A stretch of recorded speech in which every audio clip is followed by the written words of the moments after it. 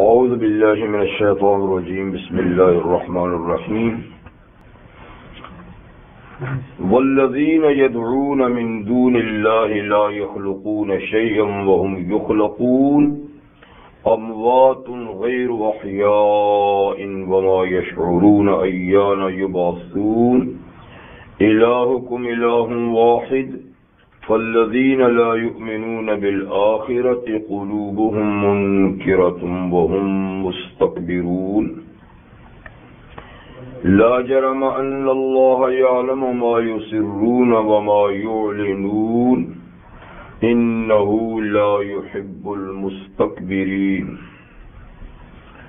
وإذا قيل لهم ماذا أنزل ربكم قالوا أساطير الأولين ليحملوا أوزارهم كاملة يوم القيامة ومن أوزار الذين يضلونهم بغير علم ألا ساء ما يزرون قد مكر الذين من قبلهم فأتى الله بنيانهم من القواعد فخر عليهم السقف من فوقهم وأتاهم العذاب من حيث لا يشعرون ثم يوم القيامة يخزيهم ويقول أين شركائي الذين كنتم تشاقون فيهم قال الذين أوتوا العلم إن الخزي اليوم والسوء على الكافرين صدق الله العظيم. سورۃ النحل کی آیت نمبر 20 سے آیت نمبر 27 تک آیات آپ کے سامنے تلاوت کی گئی. اس سورہ مبارکہ کے آغاز یعنی ابتدا سے نزول وحی، قرآن مجید کا نزول اور اس کی غرض و غایت کہ قرآن مجید کیوں نازل کیا گیا ہے، اس کا بیان شروع سے چلا تھا.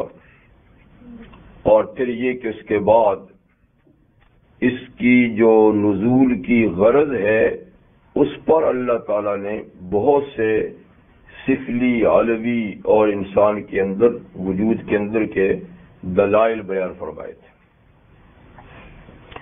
تو یہ سلسلہ چلا آ رہا تھا اور یہی سلسلہ ابھی آگے بھی چل رہا ہے.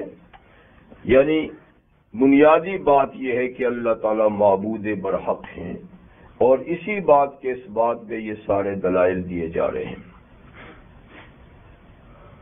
پیچھے ارض و سما کے دلائل گزرے اور یہ کہ کائنات کی ہر چیز اللہ کی پیدا کردہ ہے. تو بتایا کہ فمن یخلق کما لا یخلق، کیا جو سب چیزیں پیدا کرتا ہے وہ اس کی طرح ہو سکتا ہے جو کچھ بھی پیدا نہیں کر سکتا؟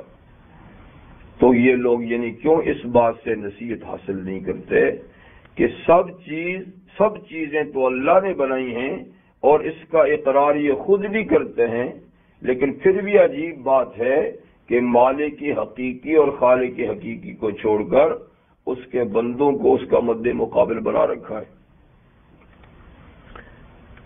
اور اللہ کی بے شمار نعمتیں ان پر ہیں جبکہ ان کی طرف سے کوئی چیز بھی نہیں ہے.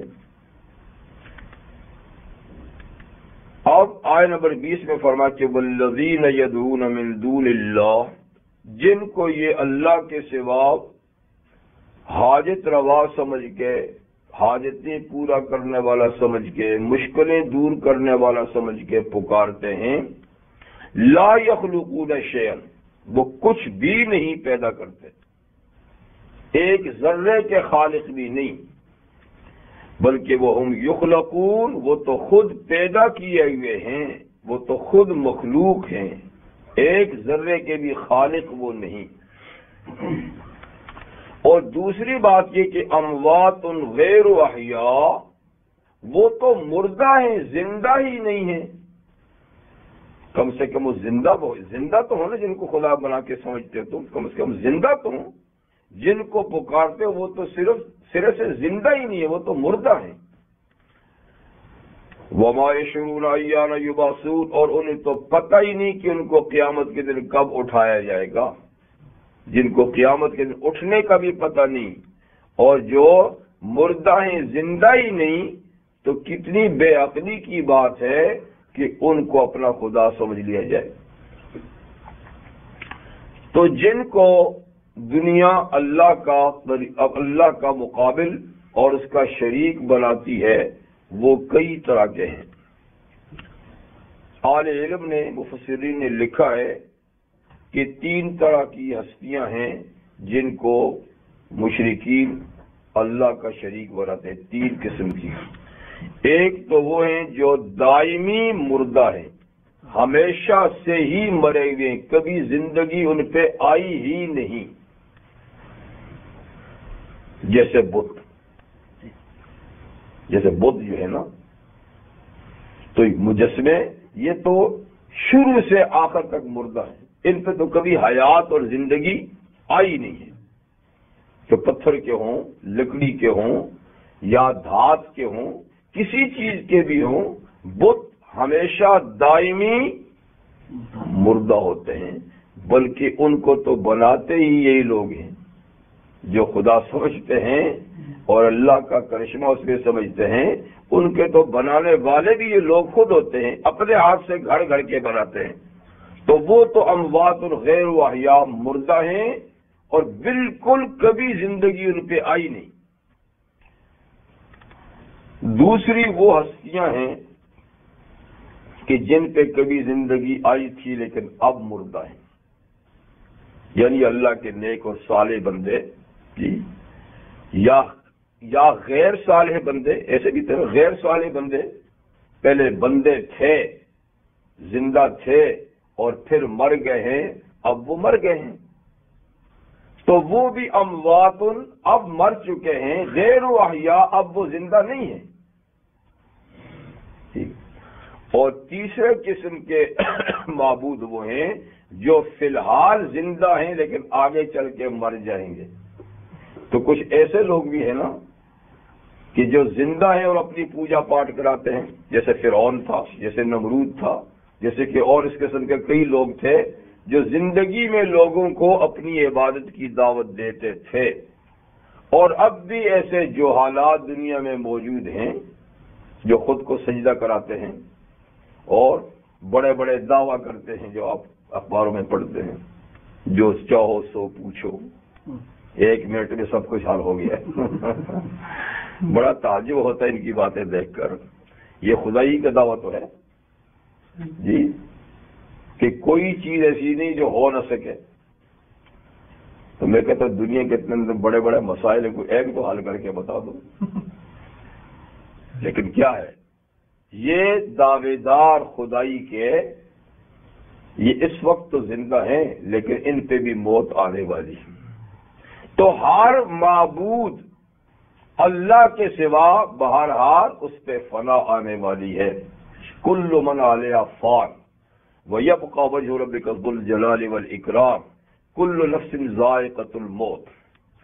تو کچھ معبود باطلہ دائمی مردہ ہیں، کچھ مر چکے ہیں اور کچھ مر جائیں گے۔ تو جس پہ فنا ہوتی ہے نا وہ خدا نہیں ہوتا، جو فانی ہے جی وہ معبود نہیں ہو سکتا۔ معبود وہ ہے جس پہ فنا نہ آئے۔ کل شیء ہالک الا وجہہ، ہر چیز ہلاک ہونے والی ہے سوائے اللہ کی ذات کے، اس لیے معبود سوائے اللہ کے کوئی نہیں ہو سکتا۔ وما یشعرون ایان یبعثون، اور انہیں معلوم بھی نہیں کہ کب ان کو دوبارہ اٹھایا جائے گا۔ اس میں بھی جو بت ہیں ان کو تو کچھ ہی پتہ نہیں نا کہ قیامت کے دن ان کو کب اٹھایا جائے گا، قیامت کب ہوگی، ان کو تو پتہ ہی کچھ نہیں ہے نا۔ اور جو ایسے انسان گزرے ہیں کہ جن کی ناجائز پوجا ہوئی، عبادت ہوئی، اور وہ آخرت کے بھی منکر تھے، تو ان کو بھی تو کوئی پتہ نہیں کب اٹھائے جائیں گے، وہ تو آخرت کے ہیں ہی طرح سے منکر ہیں۔ ہاں کچھ نیک ہستیاں ایسی بھی گزری ہیں جن کی لوگ پوجا کرتے ہیں، ان کے مرنے کے بعد جی ان کو پکارتے ہیں وہ اگرچہ جانتے ہیں کہ ضرور ان کو قیامت کے دن اٹھایا جائے گا، لیکن ٹھیک وقت کا ان کو بھی پتہ نہیں کہ قیامت کب ہوگی اور کب اٹھایا جائے گا۔ تو یہ عقیدہ تو ہے کہ قیامت ہوگی اور دوبارہ مرنے کے بعد زندہ کیے جائیں گے، لیکن نہ تو قیامت کا ٹھیک علم ہے کہ کب ہوگی اور کب اٹھایا جائے گا، اس کا پتہ تو کسی کو بھی نہیں۔ تو لہذا تینوں قسم کے جو معبود باطل ہیں ان کو یہ بھی پتہ نہیں کہ ان کو کب اٹھایا جائے گا، ٹھیک۔ تو اس لیے عقل کا تقاضا ہے کہ ایسی چیزوں کی پرستش نہ کی جائے جو فانی ہیں اور جن کا علم نامکمل ہے۔ تو پھر کس کی عبادت کی جائے؟ الہکم الہ واحد، تمہارا معبود لائق عبادت وہ ایک ہی ذات ہے، وہ زیادہ نہیں، ایک ہی ذات ہے۔ الہکم الہ واحد، یہ بات اور یہ آیت کریمہ دوسرے پارے میں بھی گزری ہے۔ الہکم الہ واحد لا الہ الا هو الرحمن الرحیم، اور اس مضمون کی کئی آیات دوسری بھی آئی ہیں۔ تو یہاں بھی وہ یہ کہ الہکم الہ واحد، تمہارا معبود ایک ہی معبود ہے۔ الہ جو ہے یہ اصل ہے لفظ اللہ کی۔ اللہ جو اللہ تعالیٰ کا نام ہے، وہ اللہ کس سے بنا ہے؟ الہ سے بنا ہے۔ اصلی لفظ کیا ہے؟ الہ۔ اور عربی لغت اور زبان کے لحاظ سے الہ ہر اس کو کہتے ہیں جس کی عبادت کی جائے، چاہے وہ جائز عبادت ہے یا ناجائز عبادت ہے۔ تو اس کا مطلب یہ ہوا کہ عربی زبان کے لحاظ سے الہ معبود برحق پر بھی بولا جاتا ہے اور معبود باطل پر بھی بولا جاتا ہے۔ جیسے قرآن مجید ہے ام لہم آلہۃ، کیا ان کے معبود ہیں؟ تو آلہہ الہ کی جمع ہے۔ تو مطلب معبود برحق اور معبود باطل، جائز معبود اور ناجائز معبود دونوں پر لفظ الہ زبان کے لحاظ سے بولا جاتا ہے، لیکن اصطلاح شریعت میں، اسلام میں، شریعت میں، دین میں الہ صرف اسی کو کہتے ہیں جو سچ مچ معبود ہے، جو صحیح معبود ہے، الہ اس کو کہتے ہیں۔ تو صحیح معبود کون ہے؟ صرف اللہ تعالیٰ ہے۔ تو اس لیے الہ کا معنی یہاں کیا ہے؟ معبود برحق، سچ مچ جو معبود ہے وہ۔ پھر یہ الہ یہ الوہیت سے بنا ہے، الوہیت۔ تو الوہیت کا معنی ہوتا ہے عبادت۔ تو پھر الہ کا معنی کیا ہے؟ وہی معبود، کیونکہ یہ لفظ الوہیت یعنی اللہ الہ سے بنا ہے اور الہ الوہیت سے بنا ہے۔ الوہیت کا معنی عبادت، تو الہ کا معنی ہوا معبود، اور اس طرح اللہ کا معنی بھی ہوا معبود برحق۔ اور یا لفظ الہ آلہہ سے بنے، آلہہ یا الوہیت سے جس کا معنی عبادت، یا آلہہ سے، اور آلہہ کا معنی ہے حیرانگی، حیران ہونا، حیران ہونا۔ جی تو پھر اللہ کو الہ کیوں کہتے ہیں؟ اس لیے کہ سب مخلوق اس کی ذات کے بارے میں حیران ہے۔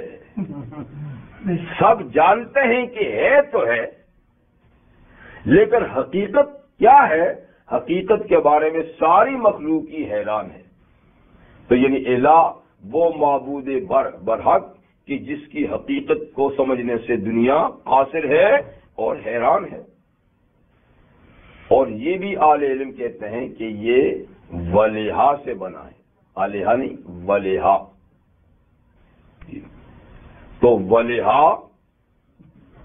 سے بھی اس کی استشفاء ہو سکتا ہے، آلیہا سے بھی ہو سکتا ہے، اور میں نے کہا الوہیت سے بھی ہو سکتا ہے۔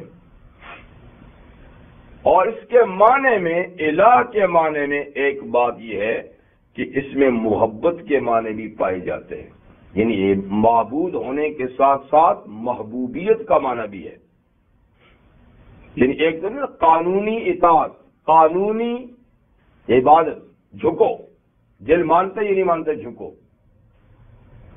تو الہ کے معنی میں ایسی عبادت نہیں، الہ کے معنی میں ساکڑے محبت کی چاشنی بھی شامل ہے، یعنی الہ ایسے معبود کو کہتے ہیں کہ جس کی بندگی محبت کی بنیاد پہ کی جاتی ہے جی۔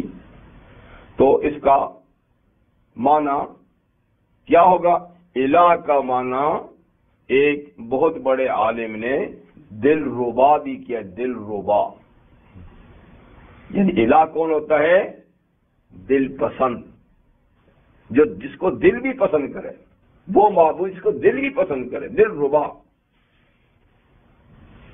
اور من موہن، من موہن یہ بھی دل ربائی کا معنی ہے۔ تو مطلب ہے کہ الہ کے معنی میں معبود ہونے کے ساتھ ساتھ محبوب ہونے کا معنی بھی پایا جاتا ہے۔ تو الہ وہ ہوتا ہے جس کی عبادت محبت کی بنیاد پر کی جاتی ہے۔ تو الہکم الہ واحد، تمہارا معبود ایک ہی معبود ہے، اس لیے کہ معبود ہونے کی جو صفات ہیں، معبود ہونے کے لیے جو صفات چاہیے وہ صرف اسی میں پائی جاتی ہیں، اور یہ باتیں پہلے کئی آیات مبارکہ میں گزر چکی ہیں کہ ایک معبود برحق ہونے کے لیے کن کن چیزوں کی ضرورت ہے اس کے اندر کہ وہ معبود برحق ہو۔ جیسے سورہ انعام میں اللہ تعالیٰ نے فرمایا ہے بدیع السماوات والارض، اللہ تعالیٰ بغیر نقشے اور نمونے کے زمین و آسمان کو بنانے والا ہے۔ بدیع السماوات والارض انا یکون لہ ولد ولم تکن لہ صاحبہ، اس کی اولاد کیوں کر ہو سکتی ہے جبکہ اس کی بیوی ہی نہیں ہے؟ پہلے بیوی ثابت کرو پھر اولاد ثابت کرو جی، اس لیے کہ اولاد میاں بیوی سے ہوتی ہے، جب اس کی بیوی ہی نہیں ہے تو اولاد کہاں سے آئی؟ وَخَلَقَ كُلَّ شَيْءٍ، اور اس نے تو سب چیزیں پیدا کی ہیں، وہ بِكُلِّ شَيْءٍ عَلِيمٌ، اور وہ سب کو جانتا بھی ہے۔ تو دیکھیں یہ معبود کی صفات ہے کہ جو سب کو پیدا کرتا ہے اور سب کچھ کو جانتا ہے۔ آگے اللہ تعالیٰ اور بیان کریں، فرمایا ذالکم اللہ ربکم، ان صفات والا اللہ تمہارا رب ہے۔ دیکھ لو یہ صفات کسی اور میں نہیں ہیں، اور جب اور میں نہیں ہے تو اور کوئی معبود بھی نہیں ہو سکتا جس میں یہ ساری صفاتیں ہوں گی کہ وہ قادر مطلق بھی ہو، وہ عالم علیم بکل شیء ہو جی، وہ خالق کل شیء بھی ہو۔ تو جس میں یہ صفات ہونا تو ذالکم اللہ ربکم، یہ ہے اللہ جو تمہارا رب ہے۔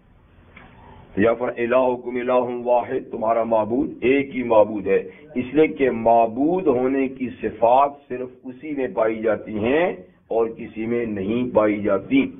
نہ تو کوئی دوسرا خالق ہے، نہ سب کچھ جاننے والا ہے، نہ سب کچھ پہ کسی اور کو قدرت ہے، نہ کوئی دوسرا نظام کائنات کو چلانے والا ہے۔ تو اللہ کی صفات کسی میں نہیں۔ فالذین لا یؤمنون بالآخرۃ قلوبہم منکرۃ وہم مستکبرون، تو وہ لوگ جو آخرت پہ ایمان نہیں لاتے، تو آخرت پہ ایمان نہ لانے کی دو وجہ اللہ تعالیٰ نے یہاں بیان فرمائی۔ ایک تو یہ کہ قلوبہم منکرۃ، ان کے دل انکاری ہیں۔ آخرت کو نہ ماننے کی ایک وجہ کیا ہے؟ دلوں کا انکار، ان کے دل انکاری ہیں، آخرت کو ان کا دل نہیں مانتا جی۔ اور دوسری بڑی وجہ ہے کہ ہم مستکبرون، وہ تکبر کرنے والے ہیں۔ تو آخرت کو نہ ماننے کی دو وجہ ہیں، ایک قلوب کا انکار اور ایک جو ہے تکبر۔ یہ دو ایسی چیزیں ہیں جو رکاوٹ ہیں آخرت کو نہ ماننے بلکہ حق بات کو نہ ماننے کی۔ حق بات کو نہ ماننے کی سب سے بڑی رکاوٹ جو ہے نا وہ تکبر ہے۔ دل میں جب بڑائی آ جاتی ہے نا پھر آدمی بڑی سی بڑی حقیقت کو بھی ٹھکرا دیتا ہے کہ ایسا مرض ہے۔ تو دل کے امراض میں جو اور بھی کئی ہیں، سب سے بڑا مرض جو ہے نا وہ تکبر ہے۔ یہ انسان کو بہت سی بھلائیوں سے محروم کر دیتا ہے اور بڑے بڑے حقائق سے انکار کرا دیتا ہے تکبر۔ تو تکبر کا معنی کیا ہے؟ خود کو بڑا سمجھنا، اور جو اس کی اس خیال کے مقابلے میں چیز آئے تو اس کو رد کر دینا کہ اس کو مان لوں گا تو میری بڑائی خطرے میں پڑ جائے گی۔ تو باقی نبی کریم علیہ السلام نے اس کی تشریح اس طرح کی، کسی سائل نے سوال کیا کہ حضور کبھی آدمی اچھا لباس پہننا چاہتا ہے، اچھی سواری پہ سوار ہونا چاہتا ہے، اور جیسے کہ اچھا جوتا چاہتا ہے، اچھا کھانا چاہتا ہے، اچھا مکان چاہتا ہے، تو کیا یہ بھی تکبر ہے؟ ان چیزوں کا اختیار کرنا کہ میرا مکان اچھا ہو، میرا لباس اچھا ہو، میری خوراک اچھی ہو، میری سواری، تو حضور فرمایا لا، یہ تکبر نہیں، بلکہ یہ جمال پسندی ہے، اور اللہ جمیل ہے اور اللہ خود جمال پسند ہے۔ اللہ جمیل یحب الجمال، اللہ خود جمیل ہے اور اللہ کو جمال پسند ہے۔ اگر کسی بندے کو جمال پسند ہے تو یہ تکبر نہیں، اچھی بات ہے، ہونا چاہیے۔ فرمایا ولیکن، لیکن تکبر کیا ہے؟ بطر الحق وغمط الناس۔ تکبر کیا ہے؟ دو چیزوں کا نام ہے۔ بطر الحق، حق بات کا انکار کرنا، حق بات کا انکار کرنا، یہ نہیں مانتا، یہ تکبر ہے۔ وغمط الناس، اور لوگوں کو حقیر سمجھنا، دوسروں کو اپنے مقابلے میں حقیر سمجھنا۔ تو یہ دو چیزیں اگر نہیں ہے نا تو پھر تکبر نہیں ہے، اور یہ دو چیزیں یا ان میں سے کوئی ایک چیز بھی کسی میں ہے نا تو سمجھیے وہ آدمی متکبر ہے۔ ایک یہ کہ تیری بات کیوں مانوں، یعنی تیری بات سچی بھی ہے تو کیوں مانوں، یہ تکبر ہے۔ تو مشرکین مکہ میں اور کفار دنیا میں یہی بات تھی کہ آپ کی بات کیوں مانوں، آپ کیا نبی ہیں، نبوت کے لیے آپ ہی رہ گئے تھے۔ اگر نبوت کوئی چیز تھی، اللہ نے کسی کو نبی بنانا تھا تو کسی دنیاوی لحاظ سے معزز آدمی کو نبی بناتے، کسی سردار کو نبی بناتے، تو آپ کو نبی مان لیں، پتہ کہ ہماری سرداری خطرے میں پڑ جائے گی۔ یہ ہے بطر الحق، حق بات کا انکار۔ اور اللہ چاہتا ہے کہ دل میں تکبر نہ ہو، اور ایک معصوم بچے کی زبان سے بھی حق بات نکل لے تو اس بڑے سے بڑے آدمی کو وہ حق بات قبول کرنی چاہیے۔ یہ دیکھیں کہ بات کیسی ہو رہی ہے۔ انظر الی ما قال ولا تنظر الی من قال، کہتے ہیں جو کہا ہے اس کو دیکھو، جس نے کہا ہے اس کو نہ دیکھو۔ اور حضور اعظم کا ارشاد ہے کہ کلمۃ الحکمت ضالۃ المومن حیث وجدہ فہو حق بہا، حق اور سچی بات یہ مسلمان کا گمشدہ سامان ہے، یہ اپنا گمشدہ سامان جہاں سے بھی ملے گا اس کو لے گا، اپنی چیز جہاں سے بھی ملے گی، تو اس لیے حق بات جہاں سے بھی ملے اس کو لینی چاہیے۔ لیکن کوئی کہتا ہے کہ میں فلانے سے تو نہیں لوں گا اور فلانے سے تو نہیں لوں گا، اس کا مطلب کہ اس کے دل میں تکبر بھرا ہوا ہے۔ اور غمط الناس، دوسری بات کیا ہے؟ لوگوں کو حقیر سمجھا، یہ آدمی ہے، یہ بھی کوئی آدمی ہے، یہ معمولی آدمی ہے، یہ معمولی پیشہ کرتا ہے، تو کسی کے مال پر اس کو حقیر سمجھنا، مال نہ ہونے کی وجہ سے یا کسی کے جسم کی وجہ سے اس کو حقیر سمجھنا، کسی کو شکل و صورت کی وجہ سے حقیر سمجھنا، کسی کو اس کے خاندان کی وجہ سے حقیر سمجھنا، تو یہ تکبر کی نشانیاں ہیں۔ تو دو باتیں ہیں تکبر کی نشانیاں. سب سے بڑی ہستی اس کائنات ہستی میں اللہ تعالیٰ کے نبی ہیں محمد رسول اللہ صلی اللہ علیہ وسلم. کائنات ہستی میں سب سے بڑی ہستی ہے. اور آپ کا ہر معاملے میں اللہ سے تعلق جو کرنا ہے جو نہیں کرنا ہے ڈائریکٹ آپ کا کنیکشن تھا اللہ تعالیٰ کے ساتھ. لیکن اس کے باوجود ہماری تعلیم کے لیے حضور علیہ السلام نے ہر کسی سے مشورہ بھی کیا اور جہاں سے معقول بات ملی اس کو قبول بھی کیا. آپ نہ کرتے تو آپ کی شان سے نہ کرتے بھائی آپ سے کیوں کروں, مجھے تو اوپر سے براہ راست کنیکشن ہے. ہماری تعلیم کے لیے آپ نے اپنے سے کم لوگوں سے مشورہ لیا, بلکہ اللہ تعالیٰ نے آپ کو حکم دیا کہ آپ مشورہ لیا کریں. وشاورہم فی الامر, آپ مشورہ لیا کریں, یعنی صحابہ سے, اپنے شاگردوں سے, اپنے ماتحتوں سے. اور بھی آپ نے بسا اوقات لیا تو لیا لیکن مشورہ قبول بھی کیا. جنگ غزوہ حدیبیہ, غزوہ تو خیر نہیں ہوا لیکن بہرحال حدیبیہ کے مقام پر صلح حدیبیہ کے موقع پہ جب مشرکین مکہ کے ساتھ صلح ہو گیا تو صلح یہ تھا کہ اس سال عمرہ نہیں کریں گے, واپس جائیں گے. اب چونکہ احرام باندھا ہوا ہے تو احرام کھولنے کے لیے عمرہ یا حج کا احرام باندھا ہوا ہو اور حج اور عمرے سے پہلے اگر اس کو کھولنا چاہے تو اس کا طریقہ یہ ہے کہ پہلے قربانی کریں پھر احرام کھولیں. تب جب صلح ہوگی سب احرام تھا, قربانی تو وہ ساتھ لائے ہوئے تھے, حالانکہ عمرے میں قربانی نہیں ہوتی, پھر بھی لائے تھے نفلی قربانیاں. تو حضور سے میں فرما کی صلح ہو گئی ہے, اس سال عمرہ نہیں کرنا, واپس جانا ہے, لہذا اپنی اپنی قربانیاں کر دو اور اپنا احرام کھول دو. یہ اعلان کر دیا. لیکن سب لوگ ایسے ہی بیٹھے ہوئے, کسی نے حرکت نہیں کی, کوئی آگے نہیں بڑھا, کیونکہ صحابہ کے دل میں یہ خیال تھا کہ یہ تو بڑا کمزور سا صلح ہے, ہو سکتا ہے کہ اللہ تعالیٰ کا حکم آ جائے کہ لڑ پڑو. تو اس انتظار میں بیٹھے کہ یہ سمجھ بھی نہیں آتی کہ یہ کیسی صلح ہو گئی ہے. تو اس لیے حضور بار بار کہتے ہیں بھائی قربانی کرو اور احرام کھولو, لیکن وہ ابھی اسی انتظار میں کہ شاید کوئی دوسرا حکم آ جائے. تو حضور پریشان ہو کر اپنے خیمے میں چلے گئے. اس سفر میں آپ کے ساتھ آپ کی بیوی حضرت ام سلمہ رضی اللہ تعالیٰ عنہ تھی. جب آپ گئے اندر تو پریشان تھے, تو انہوں نے سمجھ لیا کہ آپ کو فرما کہ حضور آپ پریشان لگ رہے ہیں, کیا بات ہے, آپ پریشان کیوں ہوں؟ اتنی دفعہ میں نے اعلان کر دیا کہ بھائی قربانی کرو, احرام کرو, کوئی ٹچ سمجھ نہیں ہو رہا. جی وہ تو بنا بیٹھے. اچھا, تو ام سلمہ نے فرمایا حضور آپ ان کو کیوں کہتے ہیں, آپ اپنی قربانی کریں پہلے, آپ اپنی پہلے قربانی کریں, پھر دیکھیں یہ حرکت کرتے ہیں کہ نہیں کرتے.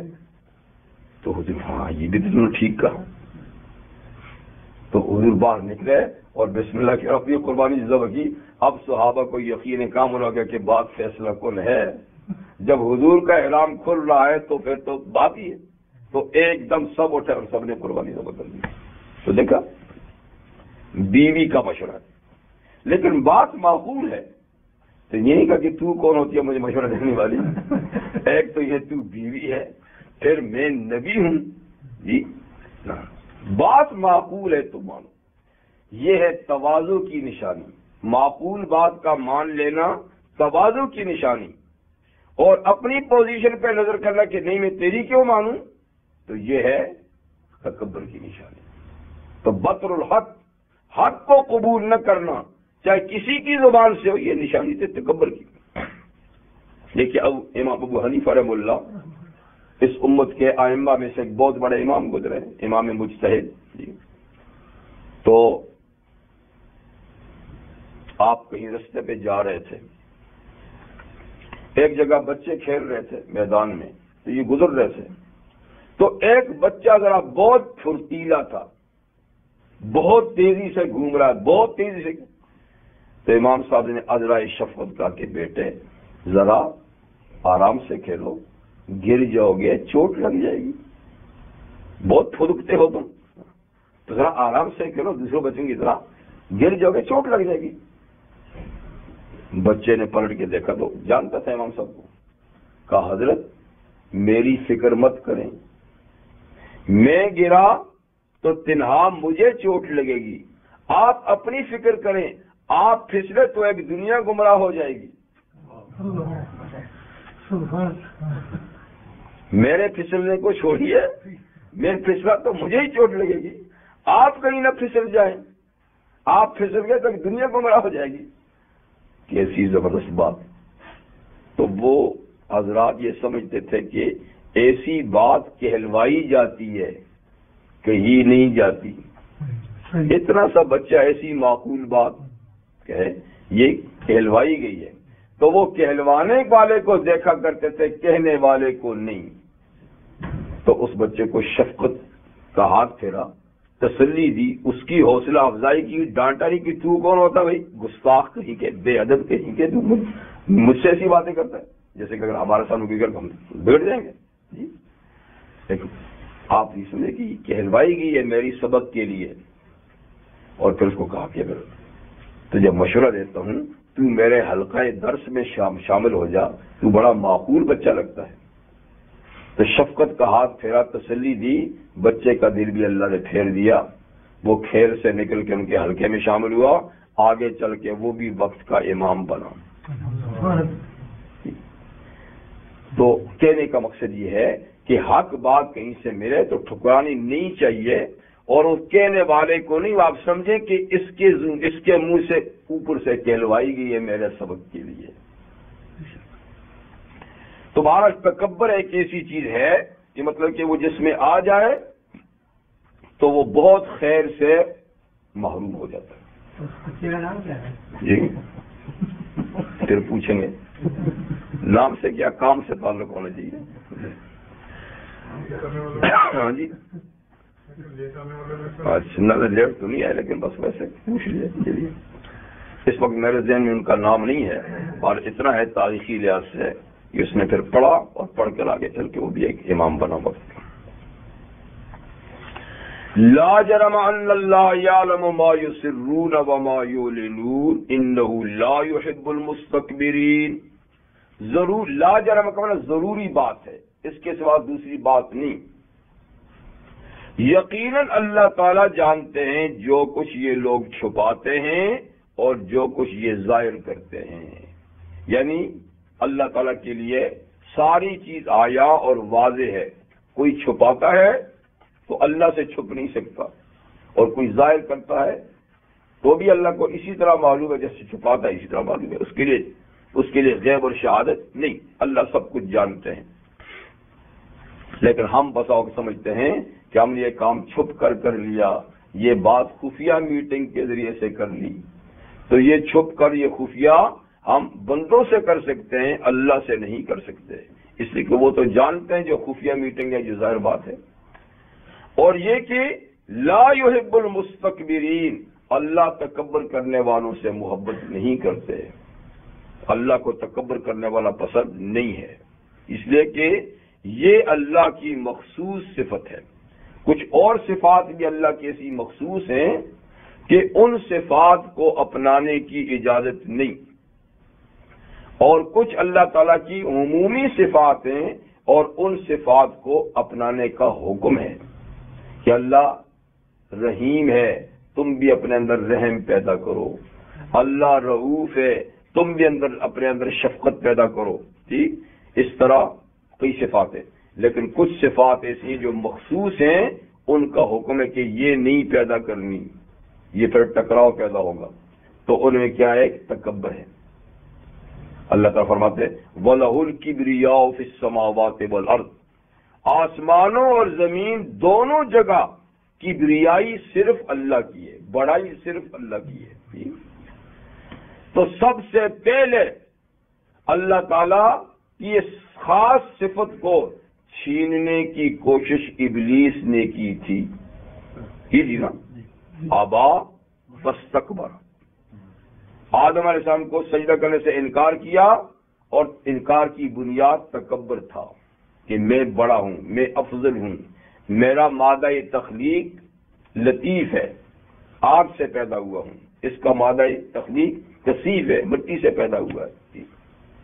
تو ایک دم یہ چیز پیدا ہوئی، یہ نہیں دیکھا کہ حکم دینے والا کون ہے، جو مٹی کا بھی خالق ہے، آگ کا بھی خالق ہے. تو اپنے مادے پہ تو نظر کی اور مادے کے خالق پہ نظر نہیں کی. اپنی شان کو دیکھا، اس کے فرمان کو نہیں دیکھا. تو کیا ہوا نتیجہ؟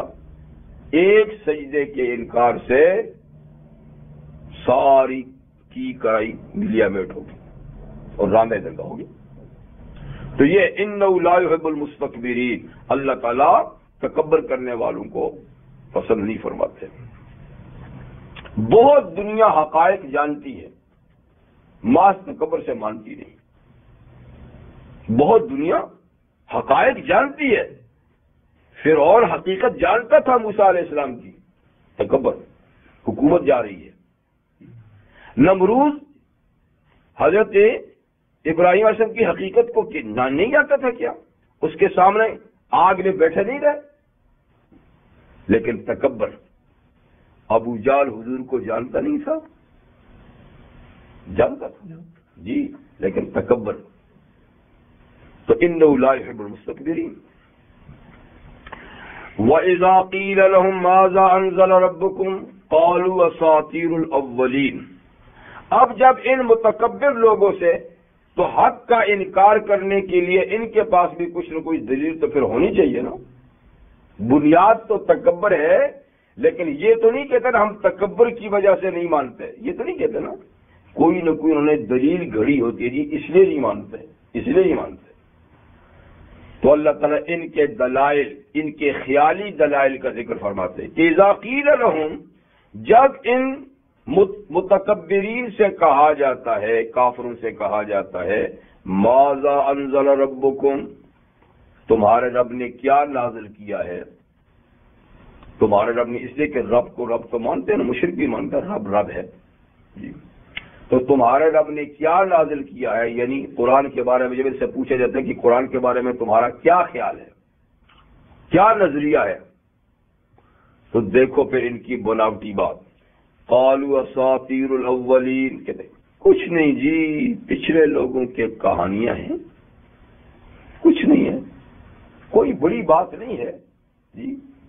یہ تو پچھلے لوگوں کے قصے ہی ہیں، بس عاد، سمود، قوم نوح، قوم لوط، فلاں فلاں فلاں فلاں فلاں قوم کی قصے، بس اور کیا ہے.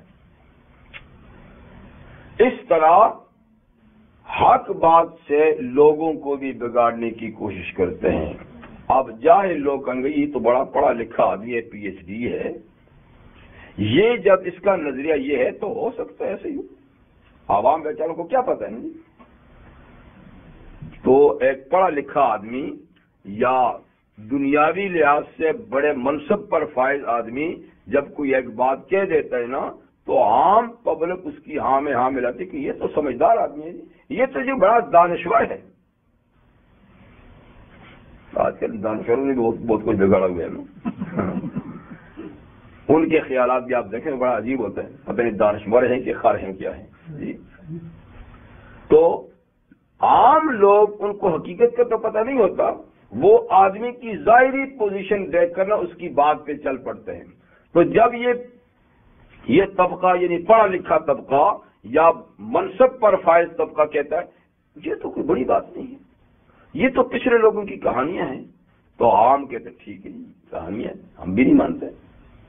تو اس طرح عام پبلک گمراہ ہو جاتی ہے جب وہ حقیقت کو چھپا کر ایسی بات کرتے ہیں.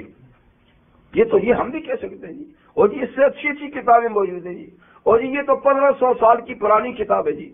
یہ تو اب خیر سے ہمارے بھائی بند بھی کہنے لگے ہیں یہ تو پرانا قانون ہے. یہ آج اس ترقی یافتہ دور میں کہاں چل سکتا ہے، کبھی چلایا ہی نہیں ہے، کبھی تجربہ کیا ہی نہیں ہے کہ نہیں چل سکتا ہے. اتنا اچھا چل سکتا ہے کہ اس دنیا کو جنت کی مثال بنا سکتا ہے، لیکن نہیں، پروپیگنڈا کرنا ہے تاکہ اس طرف لوگ آئیں نہیں، دھیان ہی نہ دیں. اساطیر الاولین تو پچھلے لوگوں کی کہانی ہے. اللہ تعالیٰ فرماتے ہیں کہ ان کو پتہ ہے یہ کتنا بڑا جرم کر رہے ہیں قرآن کے بارے میں ایسی بات کہہ کر. اس کو کہانیوں کی کتاب کہہ کر لوگوں سے اس کا اعتقاد خراب کر کے یہ کتنا بڑا جرم کر رہے ہیں آج نہیں کل پتہ چلے گا. وہ کیسے؟ لِيَحْمِلُوا أَوْزَارَهُمْ كَامِلَةً يَوْمَ الْقِيَامَةِ. اس کا نتیجہ یہ لام نتیجے کے لیے، لِيَحْمِلُوا میں لام نتیجے کے لیے، یعنی اس بات کا انجام یہ نکلے گا، اس کا نتیجہ ریزلٹ یہ نکلے گا کہ ایک تو یہ لوگ اپنے کفر کا پورا پورا بوجھ اپنے اوپر لا دیں گے. جو خود انکار کیا، خود کفر کیا، تو اپنے کفر کا وبال قیامت کے دن اٹھائیں گے. ایک وَمِنْ أَوْزَارِ الَّذِينَ يُضِلُّونَهُمْ بِغَيْرِ عِلْمٍ، اور ان لوگوں کے گمراہ کرنے کا وبال بھی اپنے اوپر لا دیں گے جن کو بغیر کسی دلیل کے انہوں نے گمراہ کیا تھا. بات تو چھوٹی سی منہ سے نکالی تھی، یہ تو جی کہانیاں ہیں بس، اور اگلے لوگوں کے دل میں پڑ گئے کہ یہ تو کہانیاں چھوڑو جی اس کو. اب انہوں نے چھوڑ دیا تو ان کے قرآن کو چھوڑنے اور گمراہ ہونے کا جو وبال ہے وہ بھی اس کے کندھے پہ لادا جائے گا کہ اس کو تو نے گمراہ کیا ہے. یہ مسجد کو آ رہا تھا، تو نے کہا کیا ملے گا وہاں جا کر، کام کیوں نہیں کرتا، اور وہ چلا گیا وہاں سے، مسجد کو نہیں آیا. تو بات تو چھوٹی سی منہ سے نکلی تھی، لیکن اس کے مسجد نہ آنے کا جو وبال ہوگا وہ اس کی اوپر. تو بسا اوقات لا علمی میں چھوٹی سی بات دین کے خلاف منہ سے نکلتی ہے، اگلا گمراہ ہوتا ہے اور اس گمراہی کا وبال بھی گمراہ کرنے والے پہ لادا جائے گا. تو پھر پتہ چلے گا کہ ہم نے کتنا بڑا قصور کیا ہے ایک بات کہہ کر. جی اَلَا سَاءَ مَا يَزِرُونَ، خبردار بہت برا ہے جو بوجھ قیامت کے دن اپنے اوپر یہ لا دیں گے. جب اتنی پبلک کا بوجھ بھی آئے گا تو پھر، یعنی پبلک کا بوجھ کا مطلب نہیں کہ وہ پبلک یوں ہی چلے پڑے گی، ان کو اپنے کفر کا بوجھ، اپنے گناہ کا بوجھ تو اٹھانا پڑے گا. آخر عقل ان کو بھی تو خدا نے دی ہے نا، سوچ تو ان کو بھی دی ہے نا. تو اس کی بات سنتے تھے تو کسی دوسرے کی بھی جا کے سن لیتے نا کہ فلاں یہ کہتا ہے، تمہارا کیا خیال ہے؟ کہ صرف بہانہ ایک سے مل گیا اور آپ خاموش ہو کے بیٹھ گئے. حق کی تلاش آپ کو بھی تو کرنی چاہیے تھی نا. تو وہ بھی پورا پورا بوجھ اپنا اٹھائیں گے، لیکن پہلی دفعہ گمراہ کرنے کا بوجھ اس کے اوپر بھی لادا جائے گا. اسی لیے پیغمبر کریم علیہ السلام نے ارشاد فرمایا ہے کہ جو کسی گناہ کا موجد ہوگا، ایجاد کرنے والا، کسی گناہ کی بنیاد رکھنے والا، اس بنیاد پہ جتنے لوگ بھی چلیں گے، ہر ایک کے گناہ کا ایک ایک بوجھ اس سے بھی لادا جائے گا. اس کی حضور نے مثال دی کہ دنیا میں قتل ناحق کی بنیاد آدم علیہ السلام کے بیٹے قابیل نے رکھی. سب سے پہلا قتل ناحق خون اپنے بھائی کا اس نے بہا. تو قیامت تک جتنے بھی ناحق قتل ہوں گے، ایک ایک بوجھ ہر ناحق قتل کا اس کے کھاتے میں بھی پڑتا رہے گا. تو دنیا میں جتنے قتل ناحق ہوں گے وہ سب کے سب قابیل کے کھاتے میں بھی پڑتے ہیں اور قاتل کے کھاتے میں بھی پڑتے ہیں. تو ساری دنیا کے کروڑ انسانوں کے قتل ناحق کا بوجھ وہ اٹھائے گا. اتنا مطلب بنیاد جو اس نے رکھی. اسی طرح کوئی آدمی خیر کی بنیاد رکھتا ہے، نیکی کی بنیاد رکھتا ہے، تو جتنے لوگ اس کی بنیاد پر نیکی کی طرف آئیں گے تو ایک ایک نیکی، ہر آدمی کی نیکی کا پورا پورا ثواب اس کے کھاتے میں بھی آٹومیٹک پڑے. تو آپ اس سے اندازہ لگائیں کہ نبی کریم علیہ السلام کی کھاتے میں کتنی نیکیاں پڑیں گی. ایک اپنی تو ان کی ہیں ہی ہیں، آپ اس کا بھی اندازہ نہیں کر سکتے. ایک اور ساری امت صحابہ نہیں، قیامت تک ساری امت کے جتنے اعمال ہیں جی، ہر امتی کا پورے عمل کا ایک کھاتا حضور کے کھاتے میں بھی جاتا ہے. کوئی اندازہ نہیں. اسی طرح ہر نبی کا معاملہ ہے. امت جتنا بھی عمل کرے گی، امت جتنا بھی عمل کرے گی تو پوری امت کے اعمال کا ثواب جتنا جتنا امتیوں کو ملے گا اتنا اتنا وقت کے پیغمبر کو بھی ملے گا. اسی طریقے سے باقی لوگ، یعنی جس کے کہنے پہ جس آدمی نے کوئی نیکی شروع کر دی تو گویا اس نے اپنے لیے مفت کا کھاتا کھول لیا. اب وہ آدمی اس کے کہنے سے جب جتنی بھی نیکیاں کرتا رہے گا تو رستہ بتانے تو الدال اصول یہ الدال علی الخیر کفاعلہ کہ خیر کے کام کی رہنمائی کرنے والا خیر کا کام کرنے والے کی طرح ہے. تو یہ لوگ اپنا بوجھ بھی پورا اٹھائیں گے اور جن لوگوں کے انہوں نے ان کی لا علمی میں گمراہ کیا ہے ان کا بوجھ بھی اٹھائیں گے، اور یہ بہت برا ہے جو بوجھ یہ اٹھائیں گے. قد مکر الذین من قبلہم، اللہ تعالی شاہ فرماتے ہیں کہ ان موجودہ لوگ، موجودہ سے مراد نزول قرآن کے زمانے میں تو مشرکین مکہ تھے یا یہود مدینہ تھے، لیکن قرآن تو قیامت تک کے لیے نا، اس لیے اب جو لوگ یہ کر رہے ہیں وہی مراد ہیں. تو قد مکر الذین من قبلہم، ان لوگوں سے پہلے لوگوں نے بھی حق کے خلاف چال بازی کی، مکر و فریب کیا اور اسکیمیں بنائیں. قد مکر الذین من قبلہم، ہر دور سے پہلے دور والوں نے حق کو مٹانے کی اسکیمیں کی. تو اس دور سے پہلے دور والوں نے کی، اب یہ دور ہے تو یہاں بھی چل رہی ہیں. بعد والے دور آئیں گے تو یہ دور شمار ہوگا کہ پہلے، اس کے بعد تو وہ پہلے. تو ہر دور میں یعنی اسلام کے خلاف اسکیمیں ہوئیں. ستیزہ کار رہا ہے ازل سے دائم روز چراغ مصطفی سے شرار بو لہبی. کہتے ہیں کہ ازل سے ہی مصطفیٰ صلی اللہ علیہ وسلم کے چراغ ہدایت سے ابو لہب ٹکراتا رہا، یعنی باطل اور حق کا ہمیشہ سے ٹکراؤ رہا ہے. تو ہر دور میں حق اور باطل کی آمیزش رہی ہے. تو قد مکر الذین من قبلہم، ان لوگوں سے جو آج حق کے خلاف اسکیمیں بنا رہے ہیں ان سے پہلے لوگوں نے بھی اسکیمیں بنائیں. کیا اسکیمیں بنائیں؟ یعنی ایک یہ کہ حق کو کوئی قبول نہ کرے تو لوگوں کو ڈراتے دھمکاتے رہے اور آل حق کے خلاف پروپیگنڈا کر کے ان کو بدنام کر کے لوگوں کو ان کے پاس سے روکتے رہے. مکہ والوں سے پہلے بھی اور مکہ والوں نے بھی وہی چالیں چلی، جیسے پیچھے سورہ ہجر میں گزر چکا تھا نا. اللہ نے فرمایا کہ انہوں نے رستے تقسیم کیے ہوئے تھے کہ ادھر تم بیٹھنا، ادھر سے نہیں آنا دینا محمد صلی اللہ علیہ وسلم کے پاس کسی کو. وہ وادی، اس وادی میں میں بیٹھوں گا فلاں جگہ میں. تو سارے رستوں پہ انہوں نے پیرا بٹھایا تھا. ہر آنے والے سے پوچھے تھے کہاں جا رہے ہو. اگر وہ غلطی سے کہتا کہ ہم محمد صلی اللہ علیہ وسلم مل رہے ہیں تو پھر اگر غریب ہوتا تو ڈراتے دھمکاتے خبردار چلو واپس.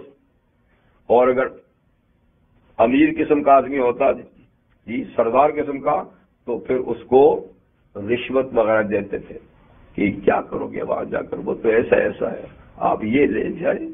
جی تو بہرحال دونوں طریقے انہوں نے اختیار کیے، مکر اور فریب کیا. جی اور یہ کہ جو مسلمان مکہ میں ہوتے تو ان کو ستاتے تھے، جو وہاں شہری ہیں ان کو ستاتے تھے، باہر آنے والوں کو روکتے تھے. تو نبی کریم علیہ السلام کے پاس کئی بار سے حضرات بہرحال کسی نہ کسی طریقے سے پہنچے، اور وہ اگر غریب تھے تو مکہ والوں نے ان کی پٹائی کی، اور اگر کوئی امیر تھا کسی پہ داؤ نہیں چلا تو بچ گیا. تو ایک صحابی عمرو بن ابسط تشریف لائے باہر سے، کسی طریقے سے حضور کے پاس پہنچ گئے اور آپ کے پاس بیٹھے تو متاثر ہو گئے اور اسلام قبول کر لیا، اور ان کو سخت تکلیف پھر مشرکین نے پہنچائی. تو حضور نے فرمایا بھائی تم آ چکے ہو، آئندہ میرے پاس نہیں آنا، اب جاؤ اپنے شہر میں رہو اور اپنے اسلام کو بھی ظاہر بھی نہیں کرنا. ابھی حالات سازگار نہیں ہیں، تم اتنی برداشت نہیں رکھتے ہو، اور جب تم سنو کہ ہم لوگ غالب آ گئے ہیں تو پھر اس وقت میرے پاس آنا. تو بعض ایسے لوگ بھی تھے تو وہ چلے گئے رہے یہاں تک حضور نے ہجرت کی مدینہ منورہ میں، اور پتہ چلا کہ حضور مدینہ میں آ گئے ہیں اور پوزیشن مضبوط ہو گئی ہے تو حضرت عمرو بن عبس مدینہ میں تشریف لائے. ایسا بھی ہوتا تھا. تو بہرحال یعنی حق کے خلاف چالیں چلی، پہلے بھی اور اس وقت بھی، اور پھر ہر دور میں چلی، آج بھی چل رہی ہیں، آج بھی چل رہی ہے. جی ہم تو غافل بیٹھے، ہمیں تو پتہ ہی نہیں کہ ہمارے خلاف، اسلام کے خلاف کتنا طوفان بدتمیزی اٹھایا جا رہا ہے اور کیا کچھ ہو رہا ہے. جی اپنے تو ضرور ان کو ضرور استعمال کرتے ہیں نہیں، یعنی ان چالوں میں ایک چال یہ بھی ہے نا، اور بالکل کہتے نا گڑ میں میٹھا ڈال کے کھلاتے ہیں، اوپر سے کبھی ظاہر نہیں کریں گے کہ یہ ہے. جی اسپتال بنائیں گے آپ کے یہاں، ہاں جی بڑی اچھی بات ہے، ہم غریب لوگ ہیں، اسپتال اسکول بنا کے دیں گے آپ کو، فلاں چیز بنا کر دیں گے اور فلاں امداد بھیجیں گے. تو ان چیزوں کے اندر کفر کا زہر بھرا ہوتا ہے، اور اوپر سے کتنا اچھا کام. اب کوئی کہہ رہا ہاں کتنا اچھا کام تو وہ کر رہے ہیں، اور پتہ نہیں کہ کتنے اچھے کام کے اندر کیا زہر بھرا ہوا انجیکشن میں. تو یہ چال چلی جا رہی ہے، بس وہ اللہ تعالیٰ محافظ ہے. ہم لوگ تو مطلب کہ وہی جیسے آپ نے کہا کچھ تو یار غار بنے ہوئے ملے ہوئے ہیں، اور کچھ ہم ایسے غافل ہیں کہ ہمیں پتہ نہیں کہ آس پاس کیا ہو رہا ہے. بس اللہ تعالیٰ بچائے رہے. ہماری طرف سے یعنی کوئی دفاعی اقدام نہیں ہے مناسب، اور ادھر سے پوری قوت اور زور سے حق کو مٹانے کی کوشش ہو رہی. قد مکر الذین من قبلہم، ان لوگوں سے پہلی قوموں نے بھی حق کو مٹانے کی چالیں چلی. تو نتیجہ کیا نکلا؟ فَأَتَى اللَّهُ بُنْيَانَهُمْ مِنَ الْقَوَاعِدِ، اللہ نے ان کی بنیادوں ہی کو گرا دیا، بنیادوں کو ہی گرا دیا. فَخَرَّ عَلَيْهِمُ السَّقْفُ، تو چھت بھی بنیادوں پہ گر گئی. انہوں نے جو منصوبہ کیا تھا اللہ نے جڑ ہی اس کی ایسی اکھیڑی کہ پورا تانا بانا دھڑام سے نیچے گر گیا، چھت بنیادوں ہی پہ گر گئی، یعنی ملیا میٹ کر دیا ان کے اس منصوبے کو. تو جب دنیا میں اسباب نہیں ہوتے تو مسبب الاسباب غیب سے ہی اسباب پیدا کر دیتے ہیں، جیسے بیت اللہ کو بچانے کا. جی اور جب اسباب ہوتے ہیں تو پھر اللہ اسباب کے ذریعے سے ایسا کرتے ہیں. تو بائبل کی تفسیر بائبل میں تو نہیں ہے، لیکن بائبل کی تفسیر جو جن لوگوں نے لکھی ہیں تو اس میں لکھا ہے کہ نمروز بن کنعان جو حضرت ابراہیم علیہ السلام کے زمانے میں دنیا کا سب سے بڑا مضبوط بادشاہ تھا اور اپنی پرستش کراتا تھا. جب حضرت ابراہیم علیہ السلام کے ساتھ اس کی بات چیت ہوئی اور ابراہیم علیہ السلام نے اپنے خدا کی معرفت اس کو کرائی، اس کی سمجھ میں کہاں بات آتی ہے، دل میں تو بھرا ہوا ہے تکبر بڑائی. تو اس نے مرعوب کرنے کے لیے، آپ کو ڈرانے کے لیے اس نے کہا، اپنے وزیر و مشیروں کو کہا بھائی یہ کہتا ہے کہ میرا خدا ہے بڑا زبردست ہے، بناؤ ایک مینارہ میں جا کر اس کی خبر لیتا ہوں، بناؤ ایک مینارہ، وہاں تک جانے کے لیے میں اس کی خبر لیتا ہوں. اندر سے تو جانتا تھا لیکن وہی نا تکبر، تاکہ یہ اس کی زبان بند ہو جائے یا تاکہ یہ ڈر جائے. تو کہتے اس نے 750 فٹ مینارہ بنایا. یہ بائبل کی روایت ہے، اللہ جانے صحیح ہے غلط ہے. 750 فٹ مینارہ بنایا. جب وہاں تک پہنچا تو ایک جھکڑ اللہ نے بھیجا تو اس کی چوٹی گرا کے دریا میں گرا دی. جہاں تک پہنچا تھا نا سر اس مینارے کا اڑا کر تو دریا میں ڈال دیا، اور باقی سارا مینارہ گرا تو ہزاروں لوگ جو اس کے بنانے میں لگے ہوئے تھے نا سارے کے سارے میلے بیٹھو گے اس میں دفن ہو گئے. مجھ تک آنے کے لیے مینارے پر آتا ہے. تو یہ گویا تشبیہ نہیں بات بلکہ حقیقت بھی ہوئی کہ فصل یعنی ان کی بنائی ہوئی وہ بلڈنگ خود انہی پر گری بنیادوں سمیت. اور فرعون کا تو قرآن مجید میں بھی ذکر ہے نا، جب موسیٰ علیہ السلام سے بات چیت ہوئی، کہاں ہے تیرا خدا؟ کہا اوپر. تو اس نے وزیر اعظم صاحب کو کہا، حامان کو کہا، حامان اجعل لی صرخا، بلڈنگ بنا، لعلی اطلع الہ موسیٰ، تاکہ موسیٰ کے خدا کو جا کے دیکھوں. یہ کہتے کہاں ہے؟ یا تو مجھے نظر نہیں آتا، پوری کائنات میں تو میں ہی میں ہوں، کہاں ہے؟ یہ کتاب اوپر ہے، تو ذرا اوپر بلڈنگ بنا تاکہ جا کے دیکھوں. تو باقاعدہ اس کے تو بلڈنگ بنانے کا اللہ تعالیٰ نے ذکر فرمایا. اب بنائی نہ بنائی یہ اور بات ہے، لیکن چال تو چلی نا. اور بعد نے فرمایا کہ اس نے بھی باقاعدہ بنائی، ایک بہت بڑی بلڈنگ بنائی، اور ایک حد تک جانے کے بعد اللہ تعالیٰ نے جھکڑ بھیجا تو وہ بھی دھڑام سے گری اور ہزاروں لوگ اس کے نیچے دب کے مر گئے. جی تو فرمایا کہ یہ چالیں چلتے ہیں لیکن کامیاب نہیں ہوتی. اب تک نہیں کامیاب ہوئی، اب بھی انشاءاللہ کامیاب نہیں ہوگی اور آئندہ بھی نہیں ہوگی. وَآتَاهُمُ الْعَذَابُ مِنْ حَيْثُ لَا يَشْعُرُونَ، اور ان کے پاس عذاب ایسے طریقے سے آیا کہ ان کو پتہ بھی نہ چلا. اور جب اللہ عذاب بھیجتے تو پھر ایسے طریقے سے بھیجتے ہیں کہ وہ ہکا بکا ہوتے ہیں کہ ہم نے تو پورے حفاظتی انتظامات کیے تھے اور ہماری ٹیکنالوجی تو غاروں تک میں چیزوں کو دیکھ لیتی تھی اور زمین کے نیچے بھی اور اوپر بھی، فضاؤں میں بھی. ہمیں تو بڑے آئی کہاں سے ہے؟ لیکن اللہ کے بھیجنے کے اتنے رستے ہیں کہ وہ وہاں تک تمہاری ٹیکنالوجی پہنچ بھی نہیں سکتی. جسے اللہ چھپائے ٹیکنالوجی کی آنکھ وہ ہے ہی نہیں کہ دیکھ سکے. کیا دیکھ لیا؟ اب تک دیکھ لیا؟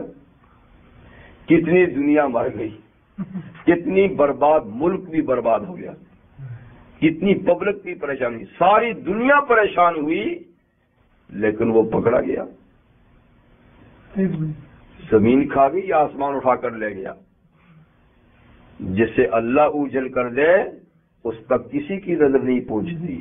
جی ہاں، جو اپنے محبوب کو غار حرا میں سنبھال سکتا ہے، سمجھے؟ اور اس کی ہزاروں مثالیں، یہ ایک مثال نہیں، ہزاروں مثالیں ہیں. جب اللہ کسی کو بچاتا ہے تو ساری دنیا مل کر بھی اس کو تلاش نہیں کر سکتی. یہ بات ہے. اور جسے اللہ ظاہر کر دے کوئی اس کو چھپا نہیں سکتا. لیکن یہاں عقیدہ ہی نہیں ہے. یہاں تو میں ہی میں ہوں، میری طاقت ہے، میری ٹیکنالوجی ہے، میرا یہ علم ہے، میری قوت ہے، میں ہی میں ہوں. جہاں میں ہی میں ہوتا ہوں تو اللہ بتاتے کہ تو ہے تو پھر کر کے دکھا نا، تو ہے تو کر کے دکھا. اچھا، من حیث لا یشعرون، یعنی ان کو پتہ بھی نہیں ہوتا. اللہ تعالیٰ توفیق عمل نصیب فرمائے، ایمان کامل رکھنے کے اللہ تعالیٰ توفیق عطا فرمائے.